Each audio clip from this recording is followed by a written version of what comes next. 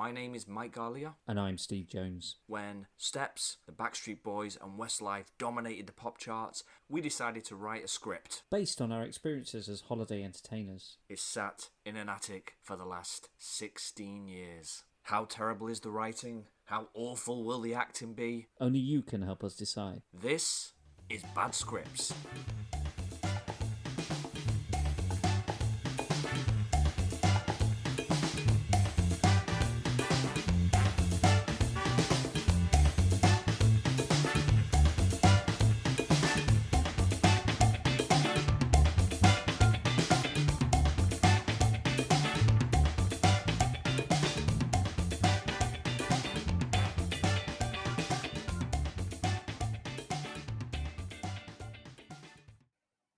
Hello and welcome to another episode of Bad Scripts. I'm joined as ever by the illustrious Mr. Mike Garlia. Hello, Steve. How you doing? I'm very well, and yourself? Yeah, I'm very good. Thank you very much. So very excited, very happy to be getting back to these accents. And I must admit, I feel like I've missed these characters over the last week. You know, since we last recorded, I feel like there's a hole in my life that can only be filled with bad accents, bad anecdotes, and my best friend. And I think what a lot of people don't realise about our podcast is we actually record this, and we live now 300 miles apart from each other. So we're not sat in the same room having these discussions. So for us, this is a real get-together session, and we enjoy sitting down and reminiscing. Well, it's just as well, Steve, that we're not sitting in the same room as each other because I'm not wearing any trousers. But we are on video, so Mike, I can see everything. And you haven't said in all this time. I don't think the camera zoom lens was strong enough. Don't worry. Anyway, I always knew you were a secret voyeur. moving on swiftly. As we said, we've had the initiation of the boy band, that first rehearsal. I say the boy band, the attempt at a boy band that the Campcoats are putting together in secret. The homebrew. And we're looking now at A first family visit for one of our Campcoats as Donna's mother, Linda, is coming to town. But there needs to be some kind of jingle, like ding, ding, ding, ding, ding, new character alert. And the talent competition's coming up too. So interesting developments coming up, it looks like, in this episode. So shall we get straight into it? I just hope that, and my only request really is that Turdsky will make an appearance in the talent show. I can neither confirm nor deny. interior main venue. The talent competition. Donna and her mum Linda walk through the building and take a seat. Linda is a very loud and flirtatious woman with peroxide blonde hair and tight clothing, the complete opposite of Donna. The venue is quite full, and there are lots of families with children in show dresses waiting for the competition. Kelly comes over to speak to Donna and Linda. Oh, hello! All right? Aye, you must be Donna's mum. Don't say it too loud. Don't want all the fellas thinking I'm tied down. Linda laughs really loudly. Kelly joins in. This is Kelly who I told you about.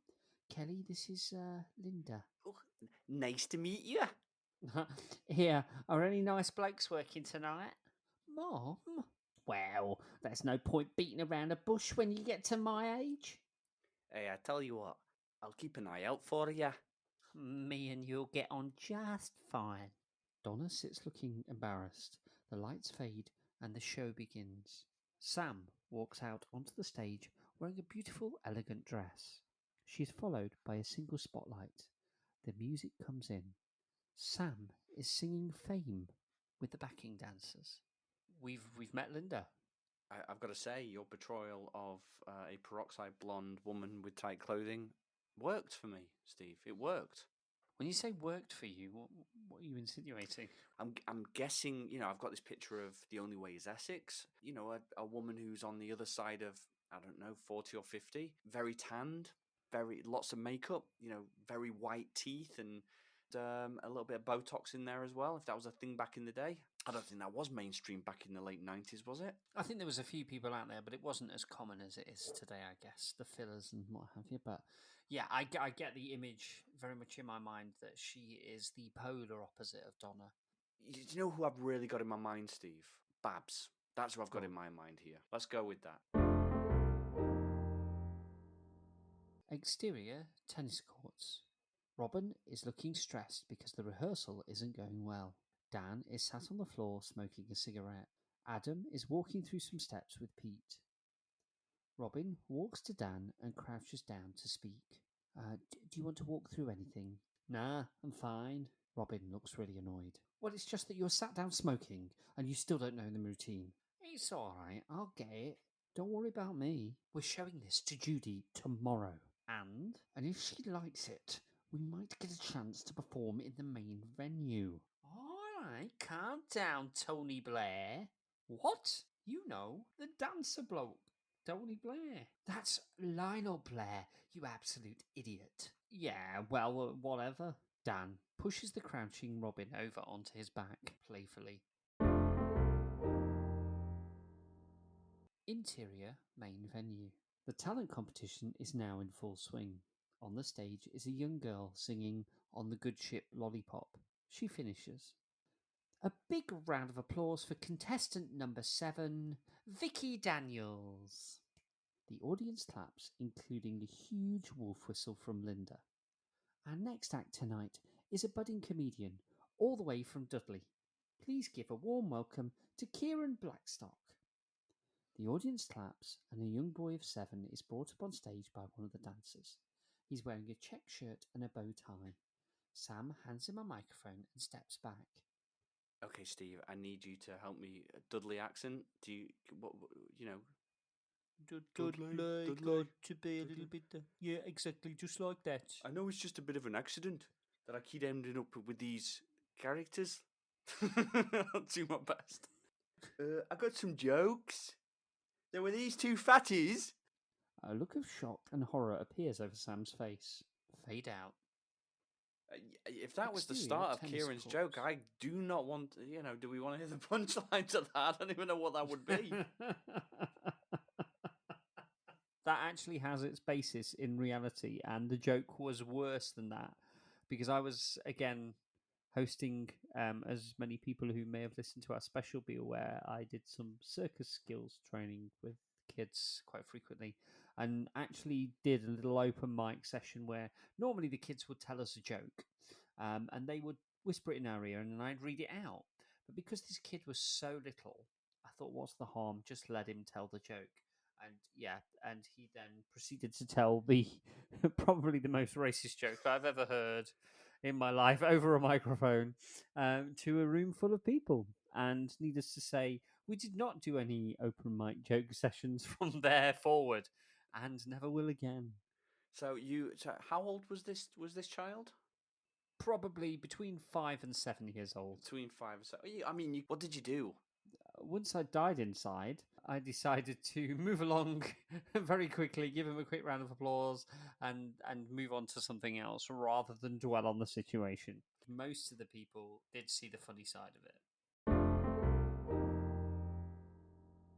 Exterior tennis courts. Adam and Pete are holding a hysterical Robin back from Dan. He is shouting loudly and trying to grab him. Dan, finding all this amusing, is laughing and taunting Robin. I might not look like much. Yeah, you're right there. I can take you. Given half a chance, I bet you would and all. Will a pair of you pack it in? They both stop. Robin is breathing heavily. Look, lads, we haven't got much time, and if this is going to work, we're all going to have to get on. Otherwise, there's no point. Robin and Dan look at each other. Sorry, mate. No hard feelings. Dan offers Robin his hand. Robin goes to shake it, and Dan pulls away. Psych! Getting worked up again. You see? You bloody see? All right. Both of you listen. Dan, stop messing around, and Robin, stop taking everything he says so seriously. They both calm down and nod in agreement. So this move is going to be a step ball change into a turn. I'll show you. Watch me.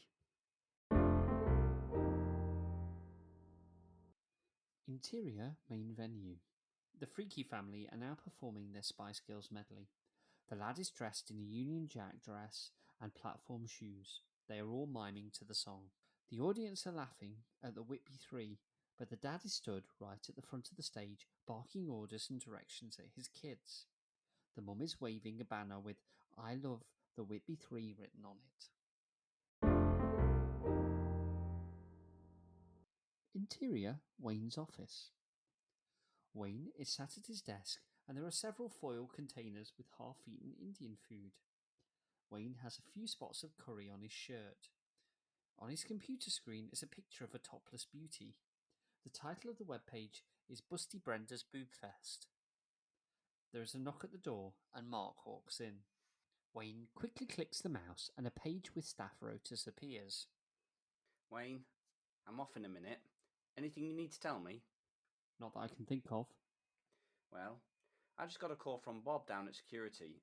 He wanted to know why 4 of our camp coats are out on the tennis courts dancing to, as he puts it, tuneless dribble. I think it was the Backstreet Boys. You know anything about it? Wayne looks blankly back at Mark. No idea. So you can sort it out? Have there been any complaints from guests? Not that I'm aware of. So what's the problem then? Why should it bother them? Why should it bother me? Because I asked you, Wayne. About time you did some flaming work. As Mark says this, the computer turns back to Busty Brenda's Boob Fest. This is not immediately obvious to the characters until we hear a voice from the monitor. Voice of the computer. Oh yeah, big boy. You know just how to do it. Give it to me. That's good. Junk email. Get a lot of junk mail, don't you, Wayne? Exterior tennis courts. The rehearsal has just finished and the guys are packing up their things. So, everyone coming to Donna's party then? Yeah, sounds like it's going to be a good laugh. I think we should all get an early night. Big day tomorrow. Well, I think you should get a life and come to the party. Look, you two, just make sure you don't start going on at each other when we get to the party. It's Donna's day. Yeah, Robin. No fanny fits, eh? Both of you, best behaviour, okay? Shit. I left my jacket back in the main venue. I'll see you guys at the party. The others make their way back to the staff chalets, and Adam walks towards the main venue.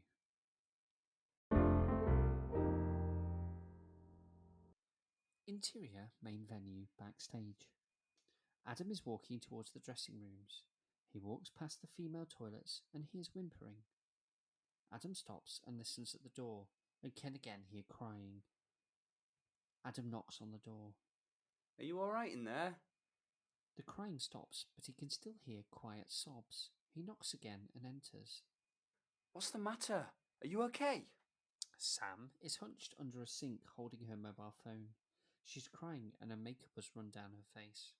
Has something happened? Sam says nothing. She looks up at Adam and begins crying again. Did something happen with the show? Has someone upset you? No, it's nothing. It doesn't look like nothing to me. I'm just being silly. It doesn't matter. Adam walks over to Sam and sits next to her. What are you doing? You should be at Donna's party. I forgot my jacket. Anyway, why aren't you at the pub? It's Craig. Your boyfriend, Craig? You mean my ex-boyfriend, Craig? Sam starts sobbing again. Hey, what happened? He doesn't want me here. He wants me back working at the sausage roll factory with him. He doesn't trust me. Sausage roll factory? Yeah. You know. All hail to the sausage makers. Why? He thinks I'm going to run off with the first guy that talks to me. Oh, can you talk? Sort it out? Sam shakes her head. Why not? He never wants to talk to me again. He called me a slag, and all because I won't leave. Why should you have to? That's what I said. I mean, if he loves you, then you could wait a few months. That's half the problem. I don't think I love him like I should. I mean, like I did. I even thought about finishing things myself. So why am I so upset? How long have you guys been together? 4 years in May. We met when I was in my last year at school. Yeah, that's a long time. Maybe you just became used to having him around. Maybe it's fear of being single. Adam hands Sam some tissues, and she wipes her eyes. Thank you. He never understood me. What I wanted to do, what I wanted to be. He cheated on me once, maybe even twice. It sounds like you're better off without him, Sam. Sam starts to cry again. I'm sorry. I shouldn't have said that. Don't be. I think you're probably right. And hey, you're never alone, right? Not here. You've got friends, and if you ever want to talk, I'm here. Whatever the time. Well, except between midnight and 9 a.m. Sam laughs. Talking about friends, we got to get to a certain person's birthday bash. I don't think I can. But what you need is a few drinks. Quite a lot of drinks. And a laugh with your friends. Oh, I don't know. Maybe I should just go to bed. Okay then. Look, Sam, I'm not taking no for an answer. You're coming with me. Don't make me use force. Wow. Sam smiles and gets up off the floor. She looks in the mirror. Oh, God, look at the state of me. I look a real mess. You look fine. You always do. You're beautiful.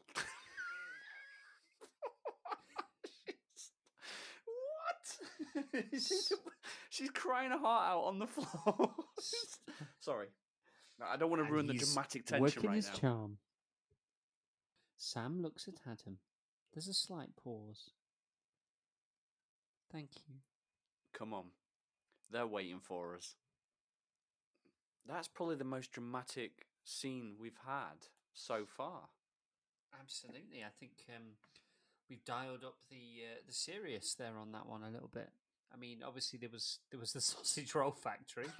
I'm not quite sure where Pork Farms comes from, but we definitely felt the tension there and the real sense of something not being right for Sam in that relationship, and the being genuine upset. So I can't get my head around. Is he calling her a slag because she won't work at the sausage roll factory, or is he calling her that because he's concerned about what she's getting up to? I think it's both. I think that he wants her at the sausage roll factory so he can keep an eye on her, because when he's not there, it sounds like he's quite domineering. It sounds like when he's not there, that he doesn't know what she's up to, and because of his own behaviour, he's behaved badly. He's expecting her to do the same. He's judging her by his own standards, which to me seems like it's a toxic relationship anyway. If she's withstood that behaviour from him and continued on with the relationship, I think it was kind of doomed from day one. And join us next week where Steve will psychoanalyze your relationship in a very similar way. I'm open. 20 quid, I'll sort you out. We have to talk about this, right? Is Adam just a really nice guy, or does he have an alternative motive? Because that line he used last, where I started laughing, you look fine, you always do, you're beautiful. Is that coming from some place of, we know that Adam probably has a thing for Sam. Is it appropriate to say, she's just gone through a breakup, she's upset? So there's a couple of ways you could look at it, I suppose.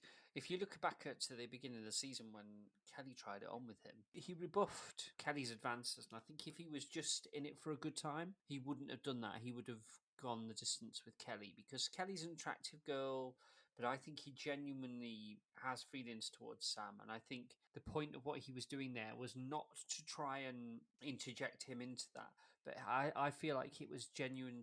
He wanted her to feel good about herself. He wanted to lift her mood and to stop her feeling as bad as she did. So I feel like that's very much where his comment came from. Time will tell. I disagree. We will see how this unfolds. But you're on one side of the camp. You think he's being, a gentleman. I think there's some deeper, darker motivation at play here. we'll just have to carry on and see how that unfolds. Interior fun bar. So right, let's give the listeners a bit of a visual here, right? So what is a fun bar?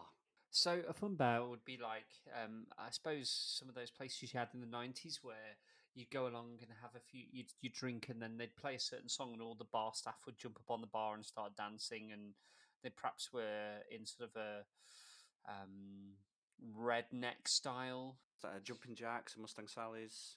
So Steve, I actually worked in a very prototype fun bar when I was very, very young, at 16 years old. And instead of we didn't dance or anything like that. It was a bar.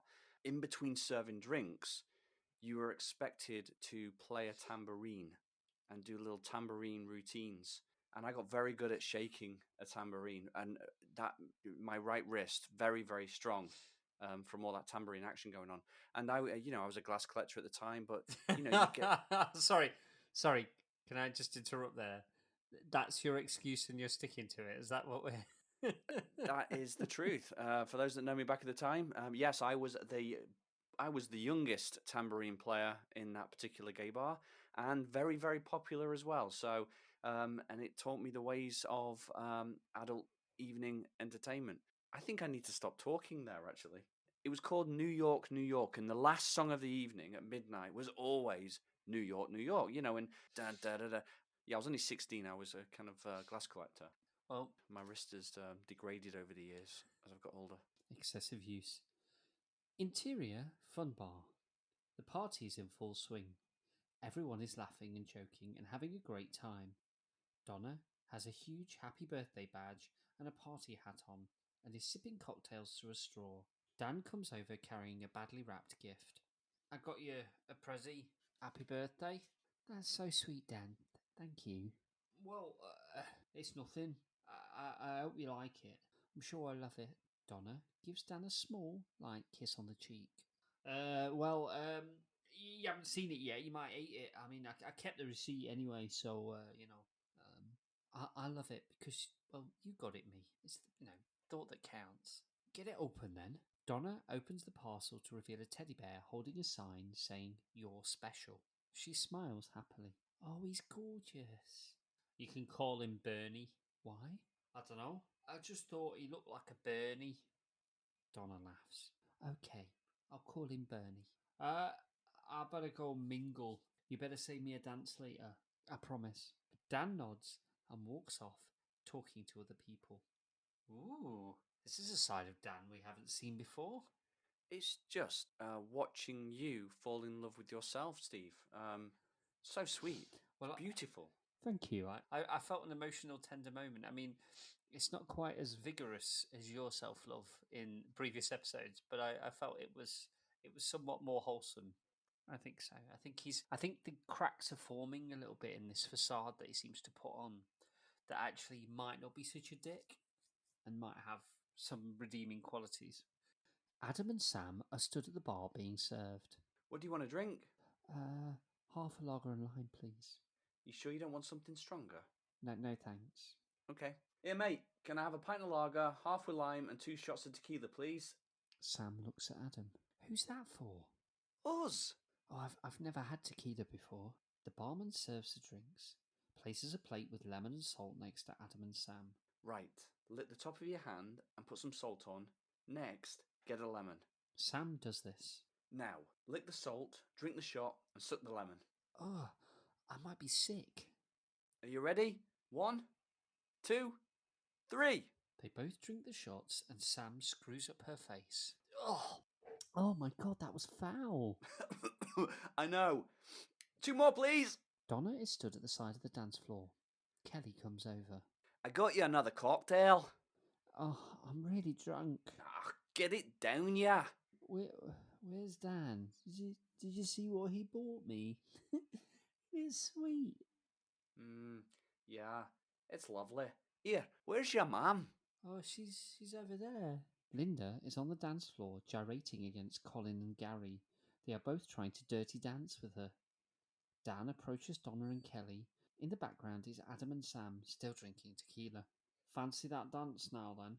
No, not yet. I'd love to. Donna and Dan make their way to the dance floor as a slow song begins playing. Kelly is left stood on her own. While they are dancing, the DJ makes an announcement. We'd like to wish a big happy birthday to Donna from all your friends at Camp Holidays. And if you come up to the DJ box, there's a free bottle of bubbly waiting right here for you. There's huge cheers from everyone. Meanwhile, Vladimir is also out and is trying to force a 6-inch nail up Pete's nose. He shows this by using himself as an example. No problem. Okay. Pete leaves quickly. Vlad turns to his next victim, Robin. The music speeds up once again, and all the gang are on the dance floor. Adam is making Sam laugh by dancing stupidly. Dan is trying to break dance again, and Linda is cheering him on. Strip, strip, strip, strip. Mom! Exterior, fun bar. Everyone is now leaving the bar. Most people are extremely drunk and eating kebabs/burgers, etc. You want to jump in a cab? I'd rather walk if you don't mind. Sure. Sam links arms with Adam and they leave. Dan walks to Donna. I got you this in case you were hungry. Thanks, I'm not really. Well, I am. Taxi! I had a really good night tonight and so did Bernie. Yeah, me too. A taxi pulls up. Come on, Donna, got us a cab. I'd better be off. Yeah, course, yeah, you go. See you tomorrow at work? Yeah, see you later. Donna unexpectedly kisses Dan on the lips. He stands stunned as she jumps into the taxi. As it's going, we hear Linda shout, I saw that, you little tart. Ooh. So quite a lot's gone on at the party. I don't understand one thing. They're all going to the same location. Why would they leave Dan outside the club on his own? It's a weird one, isn't it? I don't understand why they're not going back to the same place too. I mean, surely they all live like 3 doors down from each other, and even maybe Donna's mum is staying off camp somewhere. Maybe she's not staying on site, and that's where she's going back with her. Yeah, I think that would be a reasonable explanation, because otherwise, why wouldn't Dan just jump in the cab with them? Dramatic tension, the cliffhanger to end on a bit of a drunken snog. Classy Linda calling her daughter a little tart. Brilliant. Considering her behaviour, it was somewhat ironic as well, wasn't it? Because I think if Linda was after any opportunity to do whatever she wanted to do there, so... Well, I think poor Colin and Gary missed out. But hey, she's on holiday. She's letting her hair down. You know, why shouldn't she have a little bit of fun? But yeah, you go, Linda. You go for it. I think Sam and Adam there suddenly getting on the tequila shots. Do you think? Are you still of the impression that this might be a tactic by Adam to seduce Sam, or do you think he's just trying to help her drink her woes away? You've got to weigh up the facts, Steve. You've got to look at it logically. If you come at it from, you can look at this from two different perceptions. She was in the toilet by herself. He turns up because he forgot his jacket. He knows what he's doing. Cajoled her out. She didn't want to go out. He's told her to come out, and then he plies her with tequila. I'm telling you, there is devilment at play right now. Adam is not all he's cracked up to be. So when you look at it like this, right? Suddenly at this party, Adam is the one trying to get in a woman's knickers, and Dan is the one being chivalrous. So we've had a complete switching of personalities between these two characters almost. In your opinion, I'm still of the opinion that Adam is doing this to try and help her forget what's been going on and to try and make Sam feel good for a bit. Probably with the intentions of looking good himself to her, but I don't think he's doing it in a manner that is overly sexual. Well, I mean, we will know by the next scene. Do you think we should leave that on a cliffhanger and not reveal what happens next? Or do you think we should succumb to the pressure of the listeners and give them that release? I think they've all been waiting for the climax. I think that there are probably several listeners at the moment screaming into their devices saying, no, I need to know what happens. Tell me what happens. I can't wait a week. Yeah, I could always flip a coin. Heads, we do it, and tails, we don't. Are you ready for this? Here we go. Okay, Steve, call it. Heads, we do it. And the coin is... I'm so sorry to tell you this. It's heads. We do the scene. Let's find out what's been happening then. Exterior, staff chalets. Adam and Sam arrive outside her chalet. Oh, I am so drunk. I'm almost there too. Oh, it's those tequila things. I'm probably going to suffer tomorrow, big style. Did you have a good night though? Yeah, I really did. They both look at each other and almost lean forward to kiss. Sam closes her eyes as if expecting lips. Well, good night, Sam. Oh, yeah, good night. Adam smiles, turns and walks away. Sam lets herself in, turns against the door and sighs. And scene. What? Ooh. No. So all of your accusations about Adam unfounded. He was chivalrous to the He's end. playing the long game, Steve. Or he's what's known technically in certain circles as a minge teasing bastard. He's playing the long game. He's being clever because he said he was drunk too. So two people drunk, all that type of stuff. But what an anticlimax! I mean, so Sam obviously, she seemed disappointed by that. And come on, Adam. The thing is, I think that sober Sam wouldn't have done it. Does Adam know that? And that's why he hasn't done it, because he doesn't want to jeopardize a future entanglement or relationship with Sam because of being perceived to take advantage of the situation that they were both in. What do you think? Well, do you know, I'm trying to imagine what an almost lean forward looks like. I mean, in your mind, what is an almost lean forward? I think it's almost lean to kiss, but they lean to almost kiss rather than... It's probably just poor semantics, but I think they lean into each other and Sam closes her eyes and then essentially, without physically doing it, Adam puts his hand up to her face to block it. It's how it felt that went. It very much reminded me of John Travolta in Face Off with his daughter. I know it's just rubs her face. Well, it's almost. Do you Yeah. know? It's very similar. What he does there, this is habitual, right? What he does there is very similar to what he did on the beach when they were talking. And she said, "I worked at a supermarket," and he went, "Okay," and just moved on. It's almost the same thing that he did there. He just did it physically. He's really dismissive. It really is. Just yeah, whatever. It's all right. He's got abs. Oh, He's got dear. abs. So So there we go.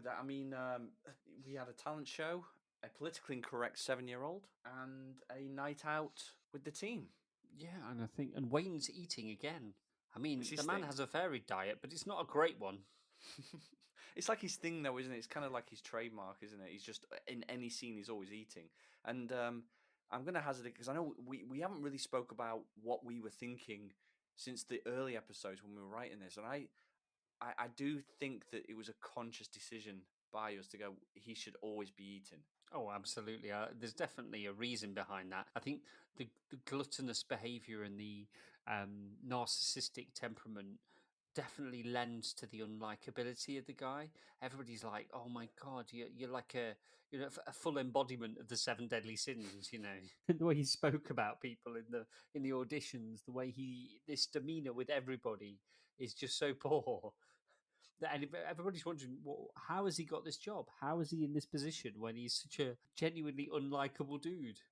So, Mike, to wrap up, then I'm just thinking about the moments, those moments in time when you've had a little drink, and it seems like a good idea to kiss somebody, and then have you ever been in a situation of that sort? Never. Good as gold. No, you're such a good boy. Such a good point. No, I mean, Such a as in, well-behaved man. a kiss or not a kiss, or the intention of a kiss, or following through and then realizing it was a really bad idea. Which one? Well, you tell us. I mean, you don't have to do a kiss and tell story here, Mike. But I'm just wondering if this comes from some deep-seated position of you wishing you had kissed somebody, or whether you wanted to be in that position to say no because you hadn't said no, and you wonder how things would have been different if you didn't. Oh, regrets. I've had a few. But then again, too few to mention. At the end of the day, I think we have to leave the episode with New York, New York. Just that little clip of New York, New York. True story, guys. True story. It was a fantastic time in my life just then. Being very young and wet behind the ears, and playing with tambourines. And that isn't. That is exactly what it sounds like. It wasn't a euphemism at all. It was not a euphemism. But dear listeners, thank you so much for giving us some time. And I personally want to end with this line to all of you. You all look fine. You always do. You're beautiful. Sorry, that was the tequila. Thank you, everybody, again for listening, for joining us on Bad Scripts. We hope you have a fantastic week, and we'll see you next time on the next episode. Bad Scripts was written and performed by Mike Garlia and Steve Jones, a Beach Tide production.